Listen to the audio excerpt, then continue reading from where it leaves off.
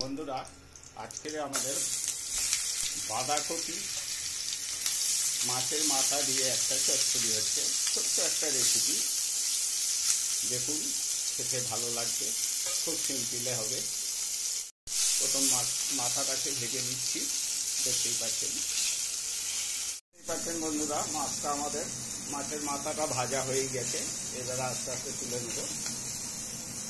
এরপরে আমরা কেটে রাখা আলুটা ভেজে নিচ্ছি, দেখতে পাচ্ছেন কেটে রাখা আলুটা আমরা সুন্দর করে একটু ভেজে নিচ্ছি। এরপরে আমরা দিচ্ছি তেল দিয়ে শুকনো লঙ্কা, তেজপাতা, লবঙ্গ, দেখতেই পাচ্ছেন, দিয়ে একটু ভেজে নেওয়া হবে। অল্প একটু পাঁচফোড়ন, কাঁচা টমেটোগুলো আর পেঁয়াজগুলো দিয়ে দিলাম, ভালো করে নেড়ে করে একটু ভেজে নেওয়া হচ্ছে।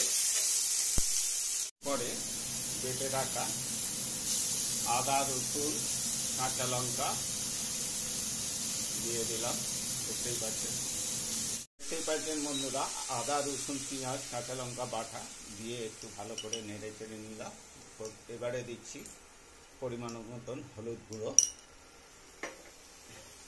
দিচ্ছি পরিমাণ মতো কাশ্মীর লঙ্কা গুঁড়ো, দিচ্ছি পরিমাণ মতন নুন, পরে দিচ্ছি ধনের গুঁড়ো পরিমাণ মতন, দেখতেই পাচ্ছেন। তারপরে দিচ্ছি পরিমাণ মতন জিরে গুঁড়ো,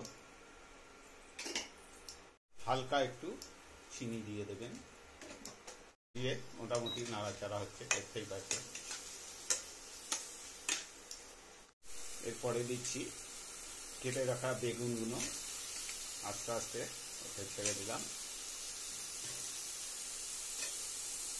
তারপরে দিচ্ছি ভেজে রাখা আলু ও মাছের মাথাগুলো,